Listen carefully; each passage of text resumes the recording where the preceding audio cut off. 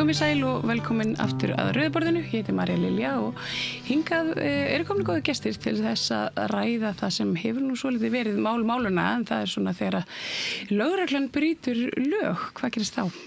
Vilhjálmur Árnason, þingmaður Sjálfstæðisflokks og formaður við stjórnskipunar og eftirlitsnefndar Alþingis. Þetta er svo langt og óþjált fyrirgefðu Vilhjálmur. Eva Hauksdóttir, lögmaður og Helgi Gunnarsson, professor í afbrotafræði á Háskóla Íslands. Velkomin öll. Takk.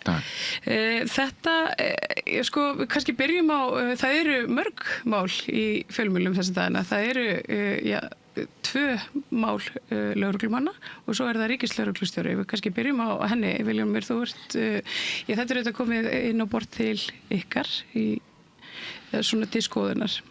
Já, svona ekki formulega. Við höfum rætt þetta og við erum, þetta virkar þannig í þinginu að við getum stofnað svona frumkvæðismál og þá er málið formulega til umfjöllunar og við getum þá kallað til gesti og eftir gögnum og annað slíkt. En svo getum við líka bara rætt þetta á okkar lokuðu nefndafundum og það hvort við viljum gera nefndamáli hver staðan er og við erum búin vissulega að ræða þetta mál þannig og við tökum upp þá undir þessum öðrum málum svona stöðuna í samfélaginu og hvort okkur tekið tilefni til og við komumst alveg skýrt sameiginlega því nefndin að þetta væri alvarlegt mál sem við þurfum að fylgjast með en það var ekki rétt hjá okkur að stíga inn í máli núna til þess að fara ekki einhvern veginn að trufla framgang þess að því að málið er náttúrulega bara hjá framkvæmdarvaldinu núna, hjá dómsmálaráðherra og svo hefur Ríkisendurskoðun þá líka til dæmis Ríkisendurskoðun hefur tækifæri til þess að stofna frumkvæðismál og það hefur umboðsmaður Alþingis líka. Þær 2 stofnanir til dæmis alla jafna stíga ekki inn ef einhver annar er með máli til meðferðar á sama tíma. Þannig að við töldum það ekki málum til framdráttar að við myndum einhvern veginn stíga inn á þessum tímapunkti en auðvitað fylgist við áfram með málinu og sjáum hvort að hvernig það þróast og hvort við þurfum svo að taka til okkar. En hvernig, nú þú fyrrum lögreglumaður, hvernig horfir þetta mál bara við þér sem slíkum? Við finnum það alveg skýrt lögreglumenn að lögreglan er eiginlega ekkert sterkar heldur en veikasti hlekkurinn þannig að ef einhvers staðar ein uppákoma er í lögreglunu þá hefur það áhrif á alla og traust er mikilvægasta verkfæri lögreglunar. Lögreglan verður að vera fagleg og sér til þess að aðrir fylgi reglunum og sjálfsög verður hún þá að vera góð fyrirmynd líka og þannig að við gerum svona auknar kröfur til lögreglan þeir sem starfa þar og fara með það vald sem þar er að fara rétt með. Þannig að ég hef sagt að ég hef áhyggjur af því að þetta mál getur haft þá áhrif og traust til lögreglunar og það torveldur henni að sinna sinni störfum. Það er eitt, en svo líka traust innan liðsins. Þannig að svona að þarna er hvernig farið með fjármagn því að lögreglan er náttúrulega með margar áskorun og þarf sitt fjármagn og það þarf að nýta hverja krónu vel þar. En svo horfum þetta líka þannig við mig og þannig höfum við tekið líka mikla umræðu og erum með mörg frumkvæðismál og mál formulega til umfjöllunar í stjórnskipunar eftirlits. Það er bara meðferð opinberu fé. Hver einasta króna er króna okkar skattgreiðenda og hana þarf að nýta vel í okkar samfélagslegu sameiginlegu verkefni, hvað sem sé lögreglan sjálf eða heilsugæslan eða skólarnir og samgöngukerfið og aðrir slíkir mikilvægir innviðir. Og við vorum með eitt slíkt mál til dæmis sem tengdist Hafrannsóknastofnun síðastliðið vor til meðferðar og þá bara fórum við strax að hafa áhyggjur af því að allt og víða innan stjórnkerfisins er ekki verið að fara eftir rammasamningur ríkisins, útboðsreglunum, það er ekki verið að fara skynsamlega með opinbert fjármagn og við höfum miklar áhyggjur af svörunum sem fengum bæði frá fjármálaráðuneytinu, atvinnuvegaráðuneytinu í því tilfelli að það væri bara víða svona pottur brotin og skrifum það í okkar álit og svo vorum við núna með til umfjöllunar framkvæmd fjársýslunar sem þá með alla reikninga ríkisins og ríkiskaup líka og annað. Og þar tóku við með þessar áhyggjur okkur svolítið upp og það vildi nú svo vel til, vil ég segja, að sú skýrsla var til meðferðar hjá okkur núna á mánudaginn og fjármálaráðuneytið voru gestir fundarins. Þannig að þá gátu við óbeint rætt og spurt út í þessi mál hjá ríkinu og þar gátu við spurt út í ferlana og hvernig þetta virkar varðandi svona innkaup eins og í gangi þarna hjá ríkislögreglustjóra. Þannig að við höfum miklar áhyggjur og nefndin þvert á flokka mjög sameinuð í því sko. Hver voru svörin sem þið fengu?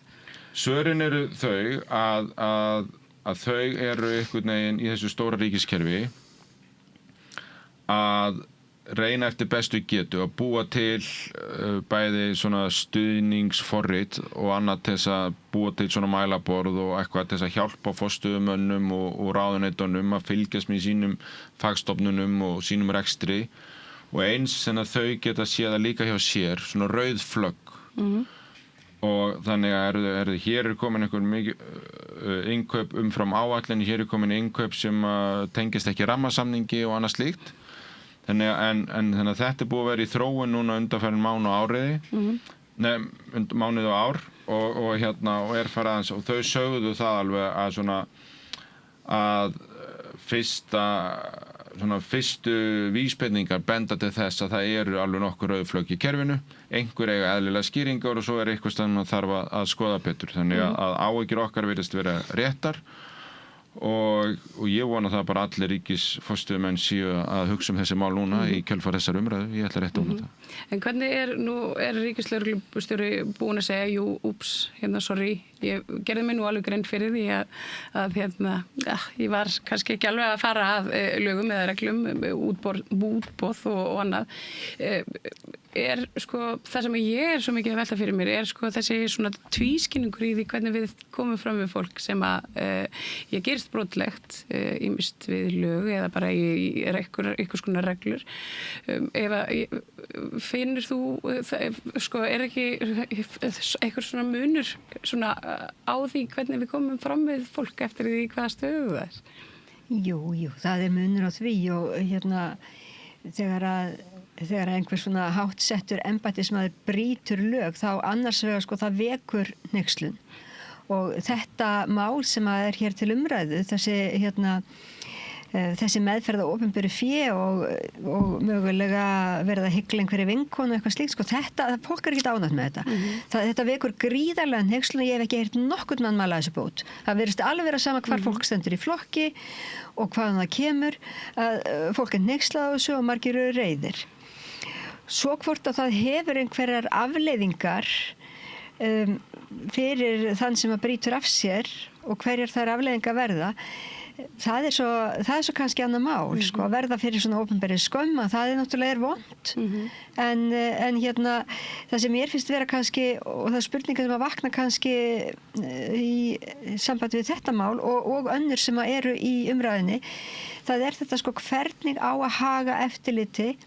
með þeim sem að hafa mikil völd og fara með almannafé og þarna virðist nú eitthvað að hafa klikkað þetta er búið að vera í gangi lengi áður en að menn átt að sjá og milli lögregluembætta einmitt og það ég held að það eftirlit með æðstu embættismönnum og eftirlit með störfum lögreglu það sé eitthvað sem að mætti alveg skoða betur Nú eru fleiri mál í gangi sem tengjast lögreglunni það var verið að gefa út ákæru vegna grunnsum að lögreglumaður hafi verið að hnýsast í gögn í lögreglkerfinu málaskrá lögreglu og það er annar lögreglumaður sem er grunnaður að hafa beitt hlerunum án dómsúrskurðar og þetta fólk sem að vinnur hjá lögreglunni ekki bara þeir æðstu heldur líka bara lögreglumaðurinn á gólfi þetta er fólk sem hefur gríðarlega mikil völd og það þarf að vera gott eftirlit Nú erum við náttúrulega, það er eitthvað innra eftirlit og svo erum við með þetta fyrirbæri sem heitir nefnd eftirlit með störfum lögreglu. En svo nefnd hefur bara ekkert mikla valdheimildir. Og kannski þyrfti að bæta það. Vegna þess að mér sýnist nú svona á öllu að þessi nefnd, hún sé nú aðalega bara svona að leggja mat á atvik sem að eru kannski ekkert mjög umdeild. en hún hefur ekki þessar miklu rannsóknarheimildir sem að til dæmis skattrannsóknarstjóri hefur og samkeppniseftirlitið. Þannig ég held að það mætti alveg skoða bæði það hvernig þessi nefndir skipuð og hvað valdheimildir hún hefur. Og svo auðvitað, sjálfsögðu þarf að fylgjast með því hvernig verið að nota opinber fé. Ég held að Vilhjálmur sé búin að tala hérna nokkuð mikið um það, sko. Þannig að, já. Já, sko með svona íslensk samfélag þá er það svona einkennandi fyrir okkur að svona sérstaklega fyrir hausta og vetra og svona það kom upp svona svokallað skammdegismál og þau eru mikið umræðinu og það er mikið sneykslunartótt svona í kannski 1-3 vikur eitthvað sem og svo bara gleymist það og bara fennir yfir það og menn eru búin að gleyma þessu bara eftir mánuð því þá komin eitthvað annað hneykslismál. Þetta er í sjálfu sér hneykslismál. Ég er ekki alveg viss að það kannski gleymist alveg eins fljótt eins og kannski mörg önnur svona mál sem kom upp hjá okkur að vetri til.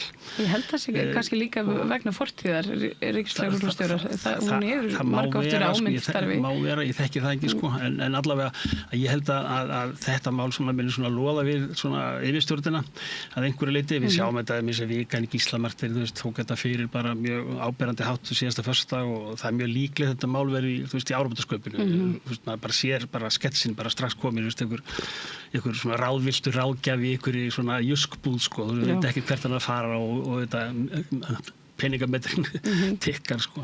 En sko, svo er það spurningin með traust sko til lögreglunar og Vilhjálmur komið mitt inn á þetta að þá hefur þetta í sjálfu sér ekkert með lögregluna að gera sko. Þetta er yfirstjórnin sko. Þetta er sko, við höfum líka haft sko formann lögreglusambandsins sem hefur verið mjög gagnrýninn, svo veist, meira að segja óvenju gagnrýninn sko, þú veist hefur hann öll gögnin fyrir fram að sig, ég efast það, en allavega hann svona virkilega ítir undir svona þessa dramatík sko í kringum þetta og mjög gagnrýn og þetta líka í býsti við að það íti undir sko gagnrýni á þjóðarsálinni varðandi þetta mál sko.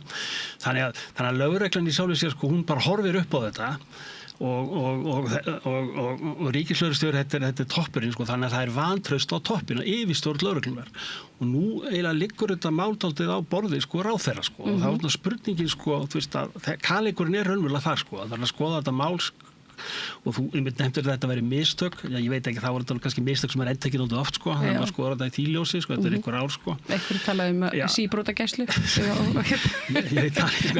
Einhvers þar veitir þetta smáfinn. Og svo líka finnst mér áhugavert í þessu sko að ráðherra hefur verið dálítið sko, ég segi ekki dómharður í þessu máli, en allavega hann tekið dálítið undir með þjóðarsálinu að þetta sé mjög alvarlegt mál sko, hún er raunverulega næstíð búin að fella dóm í málinu sko, en hún er þetta að meta málið hlutlagt sko og maður svona veltir í fyrir sér sko að hvort að ráðherra eða svona sá aðili sem á raunverulega skera úr þetta mál sko, þú veist, eigi beinlínis beint að tjá sig þetta.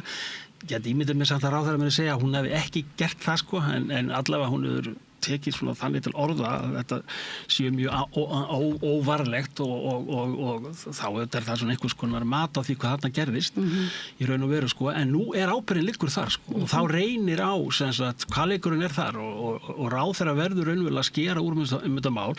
Við veitum svona hvernig þjóðarsalinn er akkurat núna sko, það er svona þrýstingur og eins og Eva komið inn á áðan að maður hittir kannski ekki nokkurn mann einstæðar sko sem einhver liti er að mæla þessu bót og það hvað sem er þingi eða annars þar í samfélaginu eða kaffistofunum að það er allir svona einhvern veginn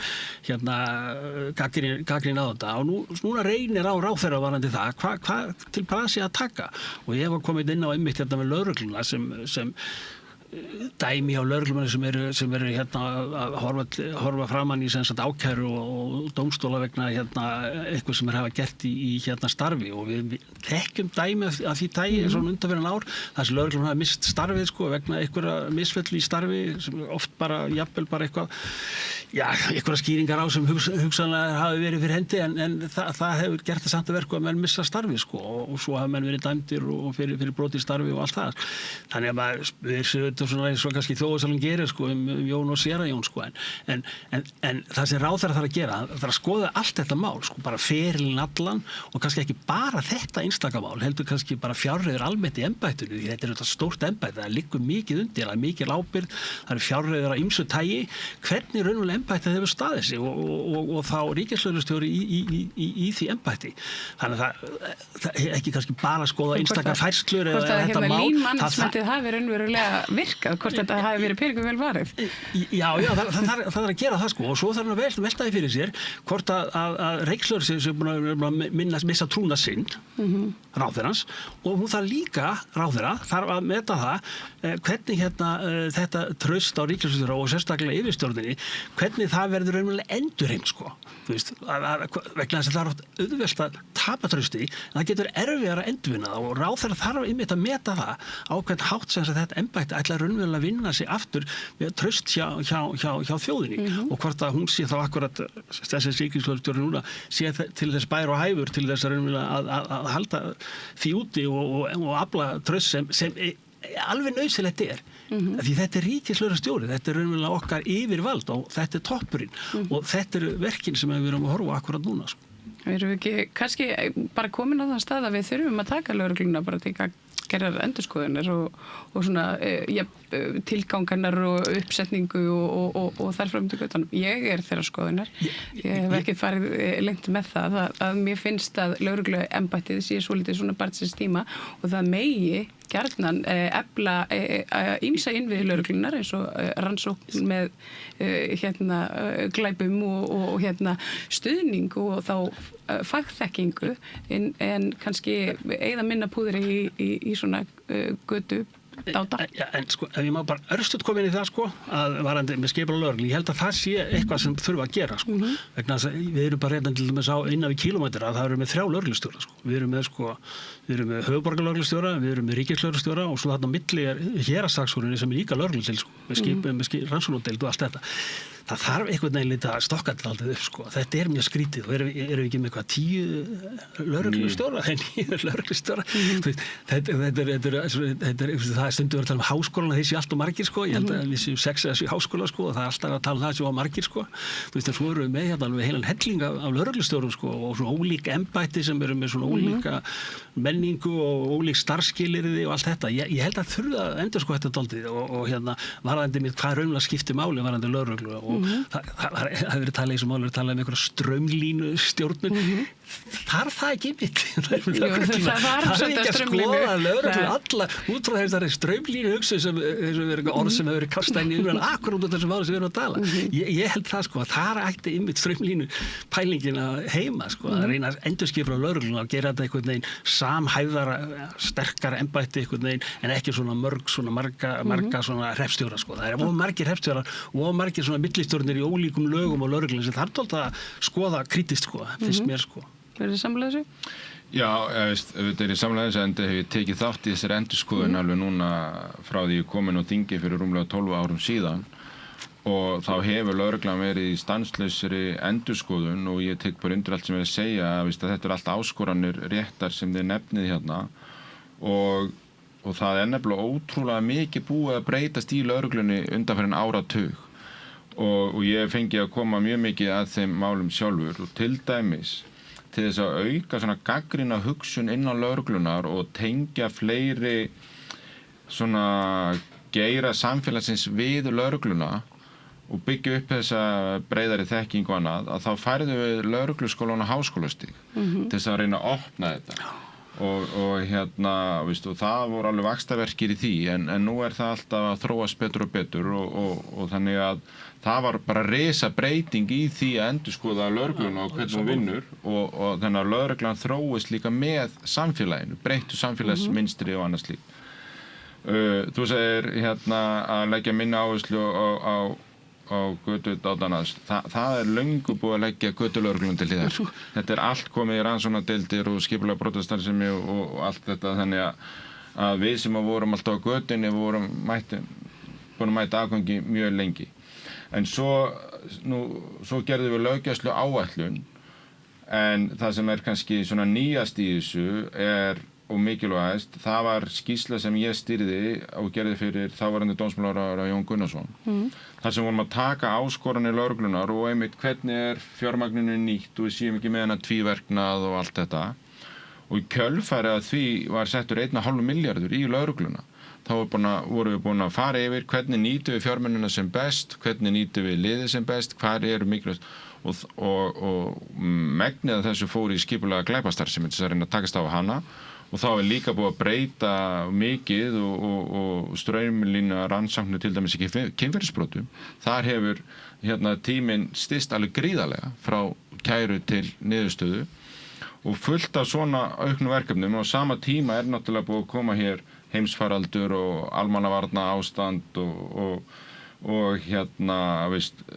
við erum bara orðnir svona fjölþjóða samfélag sem að hefur bara svona fjölbreyttar áskoranir að það þarf að vinna málin öðruvísi og tekur lengri tímastundum og annað slíkt.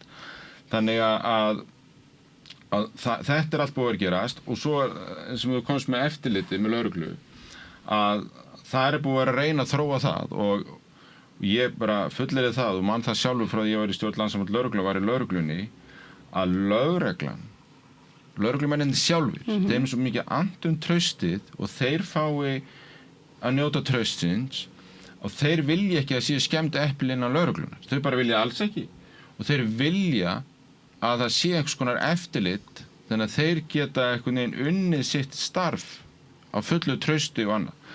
Þannig að við þurfum, þetta er ekki auðvelt í svona litlu landi, það er svo erfitt að búa til sér rannsóknar á lögreglu, það þekkjast allir og hver myndi vera ráðir í sér embætti til þess að rannsókna lögregluna eða gjaldfyrrandi lögreglumenn eða félagar og lagadeild og eitthvað svona. Þannig að þetta er raunveruleg áskorun hérna, sama hvaða leið við förum að því. Ég held að sé samt svoleiðis með flesta embætti sem að hafa svona eitthvað authoritet yfir fólki, það þekkir alltaf einhvern. Já, ég veit að það. Ef að hittir fólk í dómsal sem hún kannski kannast við úr einhverju fortíð og þú kennir fólki sem að, eða hefur kennt fólki sem að þú rekst svo síðar á lífsleiðinni og þetta er allt svolítið þannig og við erum bara mjög lítið samfélag, við þurfum að laga okkur á því. Að því að héraðssaksóknarar eru að rannsaka svona stærri mál og annað slíkt, en að héraðssaksóknaraembættið fengið töluvert og er ekki að vinna í sér daglegu löggæslu, þannig að þeir hafa fengið svolítið hlutverki að rannsaka fyrir hinn embættin ef það er brot innan embættanna hjá lögreglumönnum eða kemur upp eitthvað atvik og svo var nefnd eftirlit með lögreglu stofnuð og lögunum hennar hefur nokkrum sinnum verið breytt og annað slíkt, þannig að þetta er bara í þróun og ég er alveg sem það að við erum ekki ennþá komin alveg nýr á bestu lausnina þar en við þurfum bara að halda því áfram, en svo er nú héraðssaksóknari sjálfur núna í rannsókn hjá lögreglunni á Suðurlandi og hjá nefndum eftirlit með störfu lögreglu og frumkvæðismáli í okkur í stjórnskipulegri eftirlitsnefnd sem við erum að fylgjast með því máli. Þannig að það er svona margt, já, svo er ein risabreyting sem við gerðum náttúrulega á lögreglunum. Við fækkuðum embættunum og aðskildum embættin frá sýslumönnum. Sýslumenn og lögreglustjóri var saman. Það gerðum við 2015 líklega. Þannig að það er búið að vera alveg mjög mikil endurskipulagning og eitthvað, en það verkefni er ekkert búið og þarf að halda áfram, þannig að ég tek bara undir það. Og þar sé ég líka að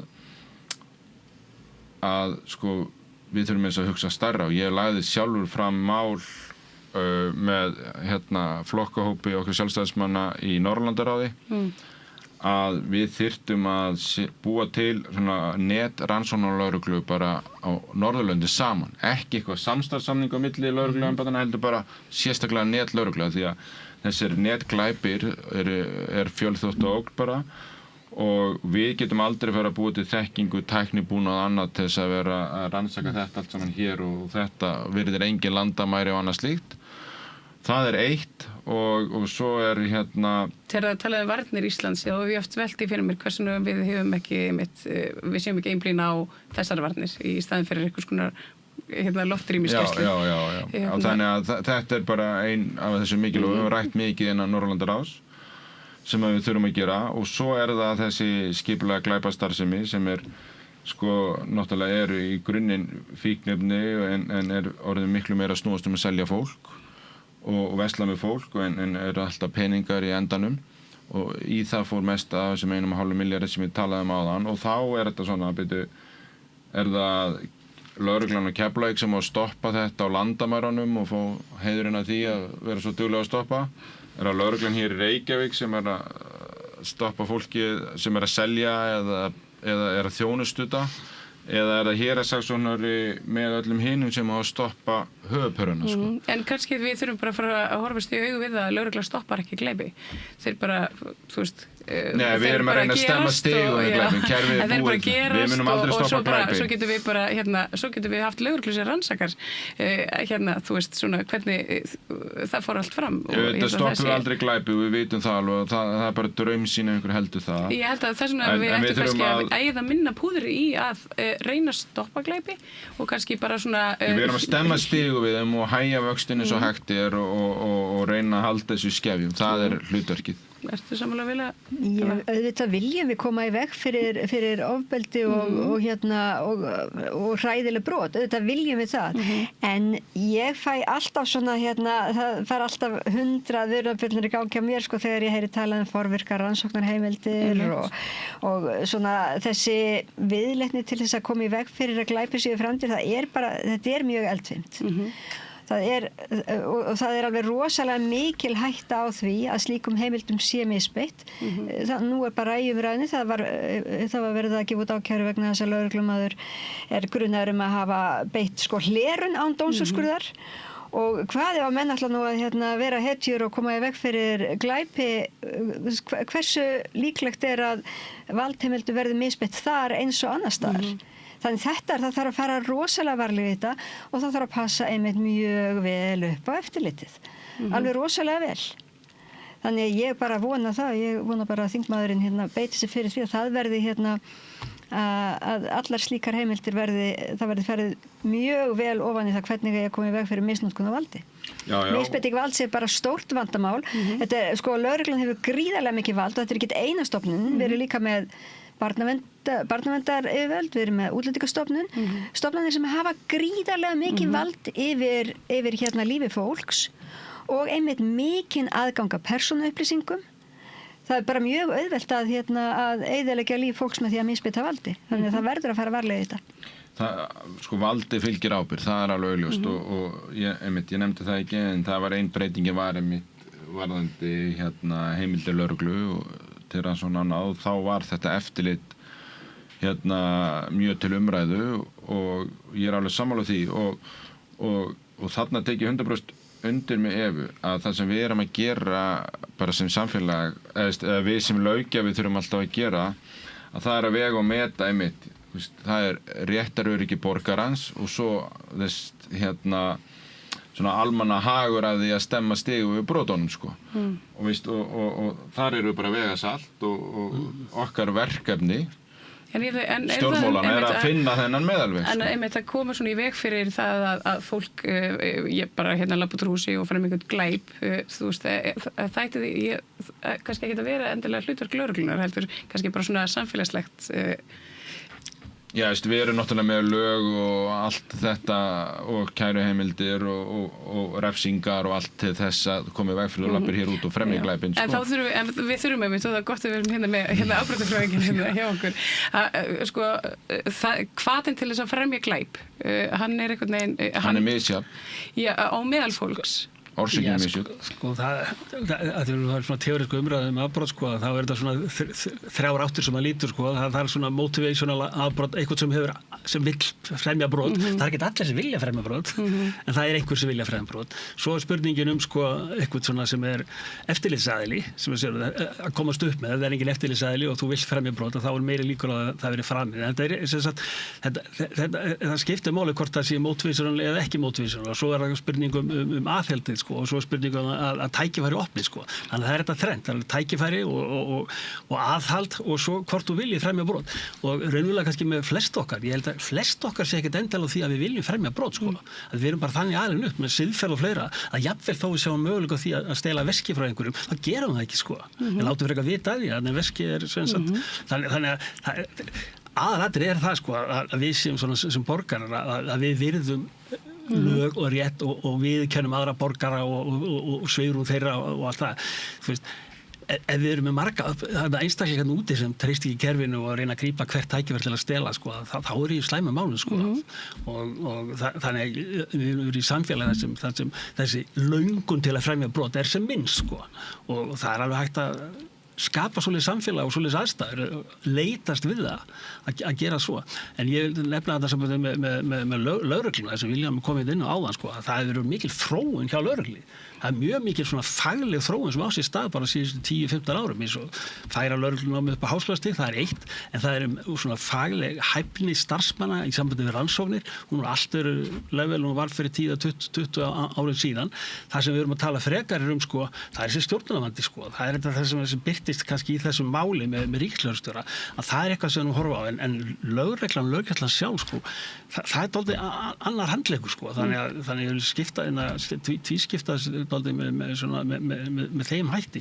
Spurningum með aðferðir lögreglunar, hún verður þetta bara að gæta að réttaröryggi borgarana og vinna sitt starf sem er í samræmi raunverulega við það sem réttarríki býður upp á og sé raunverulega í samræmi við siðferði borgarana og allt það. Þannig að verður samt að nefna það að lögreglan nýtur mikils trausts í okkur og við svona traustmælingar varðandi lögregluna, það er engin opið stofnun sem fengið eins mikið traust eins og lögreglan og oft í krafti þess og hafa svona viðhorfsmælingar sem ég hef staðið að sýnt það að borgarnir treysta lögreglunni til þess jafnvel sko að lögreglun eigi að fá að beita það sem stundum við kalla forvirka rannsóknarheimildir sko, þú veist og það byggir hefnilega bara því að borgarnir hafa svo mikið traust á lögreglunni sko, að þeir vilja veita lögreglunni raunverulega það að hafa í sínu svona vopnabúri svona aðferði sem kannski er ekki leyfið í dag sko. Og treysta á lögreglunni. Já, og treysta á lögreglunni. Og treysta á að hún sé að sjá Já, og þannig er þetta samt og þessi hætta sem Eva kom inn á sko, ef þetta fer og langt að þetta sé misbeitt, að þá er ansi mikið í húfi sko. Það er traustið á lögreglunni sko og allt það, þannig að þetta er fín lína, það er þessi balans og þú eru bæðið þetta að koma til að vinna. Ég held að svona, þú veist, fyrir mittleiti myndi ég hugsa svona, þú veist, traust lögreglunar versus sko, persónu, vernd og frelsi einstaklingsins bara til þess að vera í friði fyrir lögreglunni, við svona vegi aðeins kannski þyngra svona. Já, sko, en það sem við erum að tala um hérna, eins og ég kom inn á áðan, að lögreglan er með valdið og hún getur ekkert sinnt þessu valdi nema að fólk treysti henni fyrir því. Og því skiptir máli að hún framkvæmir þetta faglega og upplýstan hátt og það sé einhvers konar eftirlit og afleiðingar og ef það er á því brotið og allt það. Það er eitt. En svo er það líka hitt að við búum í lýðræðissamfélagi og lýðræðið það hættir að virka leið og öryggistilfinning borgarans hverfur. Þannig að leið og borgarinn finnur ekki til öryggis, þá verður upplýsning.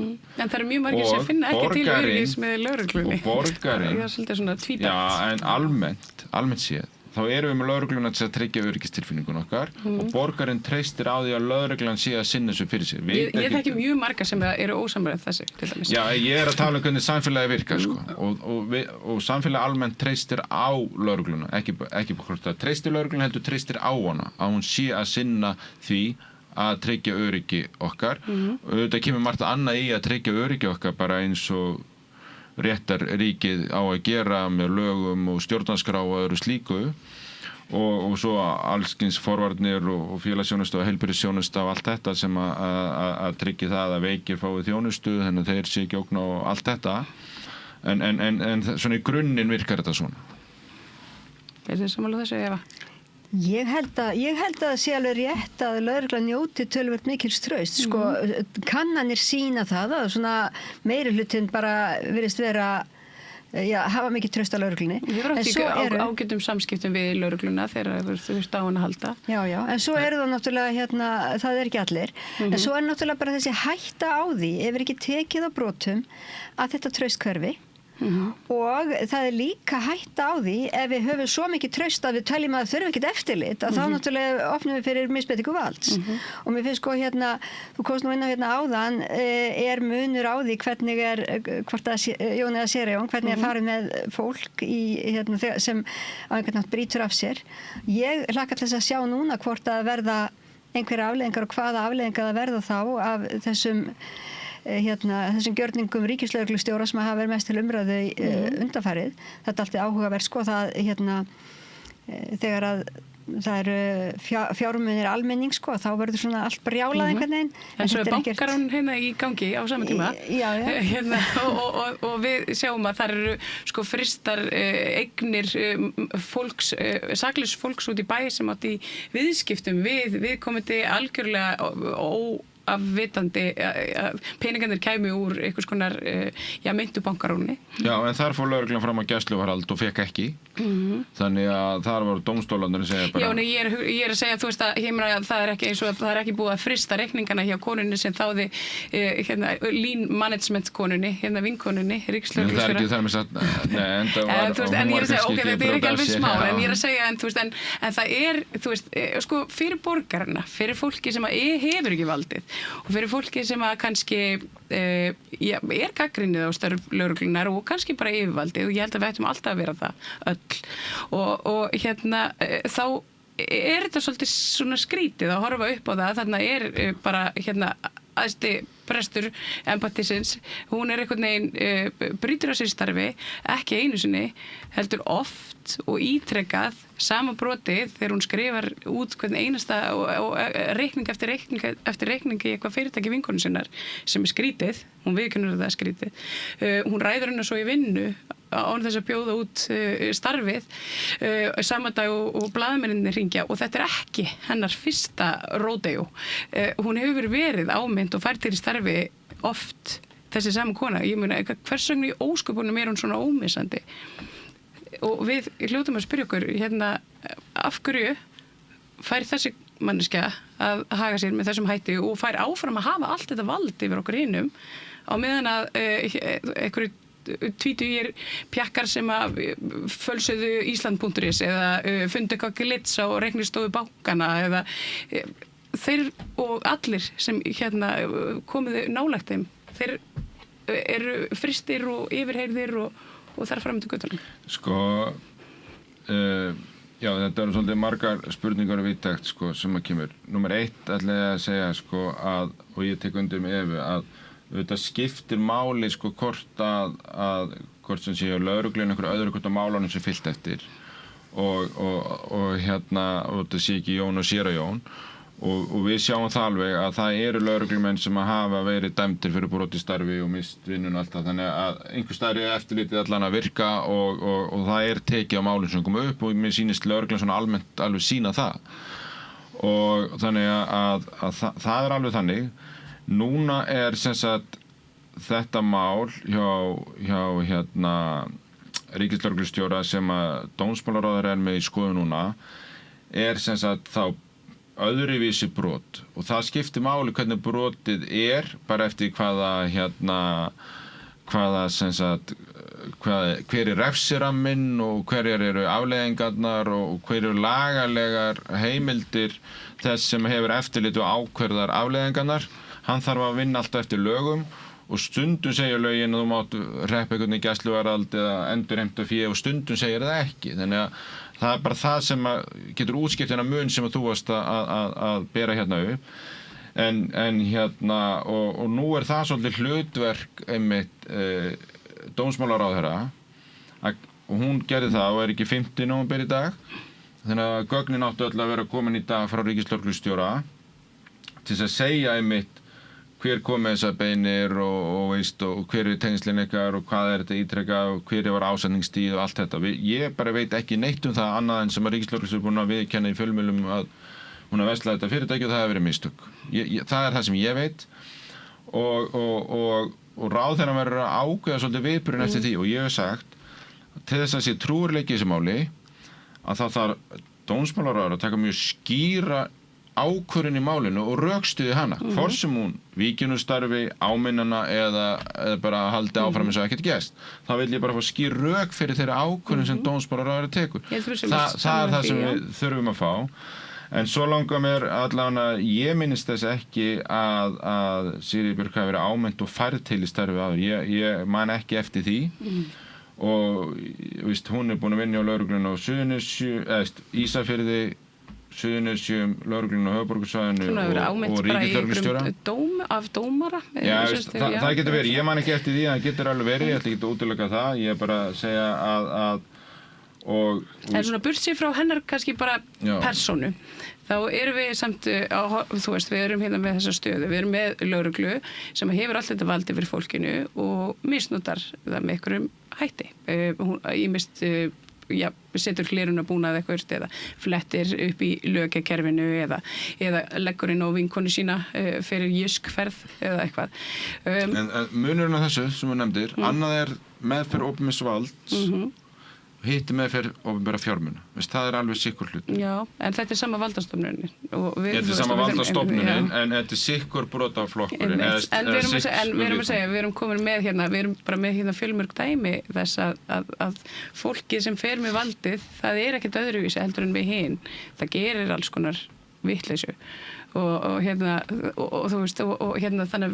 Ég alveg sammála því, og þá ekkert að meðhendla það neitt öðru seldur en okkur hinn, alls ekki. Það bara það sem ég vildi. En það samt, sko, hérna nú kom upp til dæmis fyrir nokkrum árum að þá kom upp mál sem hefur verið kallað lekamálið, þar sem að upplýsingar fóru úr ráðuneyti til bara viðkvæmar persónuupplýsingar fóru úr ráðuneyti og í fjölmiðla og það sem að gerist til dæmis þar. Það voru tilteknir fjölmiðlamenn, það voru ekkert fjölmiðlar yfir höfuð, sko, ekkert allir fjölmiðlar eða fjölmiðlar yfir höfuð sem að byrjuð á því að garfa í þessu máli. Það voru tilteknir blaðamenn sem að sko héldu þessu bara í umræðinni mánuð eftir mánuð. Einn orðið ráðherra í dag. Það þangað til að gæðin kom í ljós og svo almenningur sem að sko hafði áhuga á þessu máli og það var umræðið í samfélaginu. Og ég held að þetta aðhald sem að sko bæði fjölmiðlar veita og bara almenningu með sinni umræðu, ég held að það getur bara skipt sköpum, en það þetta ekki nóg. Það verður að vera virt eftirlit og sko hvað var að dómsmálaráðherra held ég að hún hefði bara átt að þegja, bara í alvöru. Ég ekki viss að það sé gott að ráðherra sé að tjá sig svona mál áður en þeir eru rannsökuð, sko. En þetta allavega til rannsóknum þar og svo erum við með ekkert bara lögregluna. Við erum líka með ýmsar aðrar stofnanir og ýmsar aðra opinbera starfsmenn sem í aðstöðu til að brjóta af sér í starfi og í aðstöðu til þess að valda tjóni. Það til dæmis bara nýlega að þá kom upp mál þar sem það er læknir sem grunaður að hafa notað sjúkraskrár upplýsingar til þess að veiða kúnna fyrir einkafyrirtæki og þú komst nú inn á mótivasjón á þann hvata sko, en það geta verið svo ýmsir hvatar og það eru þetta allt annar hvati hjá ríkislögreglustjóra sem að ræður einhvern ráðgjafa án útboðs eða hjá sko fíklinum sem að er að ná sér í næsta skamt. Það er allt annað hvati og mér finnst þetta líka áhugavert og gaman að hafa afbrotafræðing þess vegna. Sko, hvatin að svona brotum í opinberu starfi, þeir geta verið ýmsir. En líka bara hvernig samfélagið horfir á sko, hvatan á bakvið hvert brot og alvarleika þeirra. Mér finnst það öfugsnúið. Ég held til dæmis að sko hvatin að því að lögreglumaður mögulega kemur fyrir hlerunarbúnaði í bíl án þess að hafa fengið dómsúrskurð. Þar hvatin ekki sá sami eins og þegar þú ert að stela. Hvatin sennilega að upplýsa málið, gera eitthvað gott. Það kom upp mál fyrir nokkrum árum sem hefur verið kallað lögkamálið. Kallað svolítið skemmtilega á þessi mál sem hafa verið í umræðinu undanfarið við það sem að gerist þar. Þar kemur upp grunur það að lögreglumaður hafi verið að fletta upp í lögka án þess að eiga erindi og svo kemur upp grunur það að lögreglumaður sem var þá aðstoðarlögreglustjóra í Mariett Suðurnesjunum hafi farið að rannsaka það mál án þess að hafa heimildir til þess og þá ímynda ég mér ef það væri rétt að það hefði gerst, þá kom það aldrei neitt út úr því og ég ætla ekki fullur neitt úr það en þá ímynda maður að sé sko að hvað til síðan upplýsa málið og ég held að það geti líka hjá lögreglunni oft verið bara hætta á að menn fari offari vegna þess að þá langar til að standa sig vel í vinnu, þá langar til að leysa ráðgátur, þá langar til að negla einhverja glæpamenn og allt það. Þetta er bara ein af ástæðunum fyrir því að við þyrftum að hafa miklu betra eftirlit, ekki bara með lögreglu, heldur líka með þeim sem að fara með sjúkraskrárgögn, þeim sem að hafa aðgang að lyfjagrunni, þeim sem að hafa aðgang að barnaverndargögnum. til dæmis, ábyggilega með margt fleira. Við veitum það líka með lögregluna, hún hefur sjálf mikið kallað eftir því að fá auknar heimildir og valdheimildir. Þannig að það er væntanlega svona mórallinn innan lögregluna sko, að það þurfi eitthvað meira til þess að afhjúpa ykkur eða skipulega brotastarfsemi og netglæpi sem þú komst inn á líka. Að lögregluna þurfi að hafa meira svigrúm svona til þess að rannsaka þetta og þess vegna getur myndast kannski svona mórallinn sem þú varst að lýsa Eva sko, að menn eru kannski að reyna að leysa ykkur mál svona, ná ykkur skúbbi og eitthvað slíkt sko, en fara þá á langt sko, lengra en valdheimildir heimila sko, en lögreglunni vilja fá fleiri heimildir þar sko, en ég held varðandi þetta svona tiltekna mál sem núna er að þjaka þjóðarsálina varðandi með ríkislögregluþjóra að kalleikurinn liggur hjá ráðherra sko og það er sem sagt úrskurðurinn og niðurstaðan verður að koma þar og þá þarf hún að skoða þetta varðandi með traust og varðandi hvort það hefur verið brot á ferðinni og bara þessi og hún þarf vel að rökstyðja hver svo sem niðurstaða hennar verður sko, að þá þarf að rökstyðja mjög vel. Það er að segja brottvegstur, áminningu eða halda áfram eins og bara venjulega sko, það þarf að vera mjög grundað sko og þá hafi í huga svona, traust í samfélaginu, traust á lögreglunni, traust á yfirstjórninni sérstaklega sem ég nú verið mikið verið að reyna að benda á að þetta tengist meira yfirstjórninni en ekki lögreglunni sjálfri sko. Akkurat. Já, ég þakka ykkur kærlega fyrir að koma hérna og ræða þetta. Ég hugsa að þetta verður nú rætt víða áfram allavega ennum sinn. Ég vona að við gleymum þess ekki eftir 2 vikur. Ég þakka ykkur kærlega fyrir Vilhjálmur Árnason, Eva Hauksdóttir og Helgi Gunnlaugsson og bið ykkur að doka við, það meira hér handa við auglýsingar. Alþýðufélagið er frábær hugmynd. Félagsgjöld í Alþýðufélagið eru krónur 2.750 á mánuði og renna óskipt til dagskrár og útsendinga samstöðvarinnar. Samstöðin.is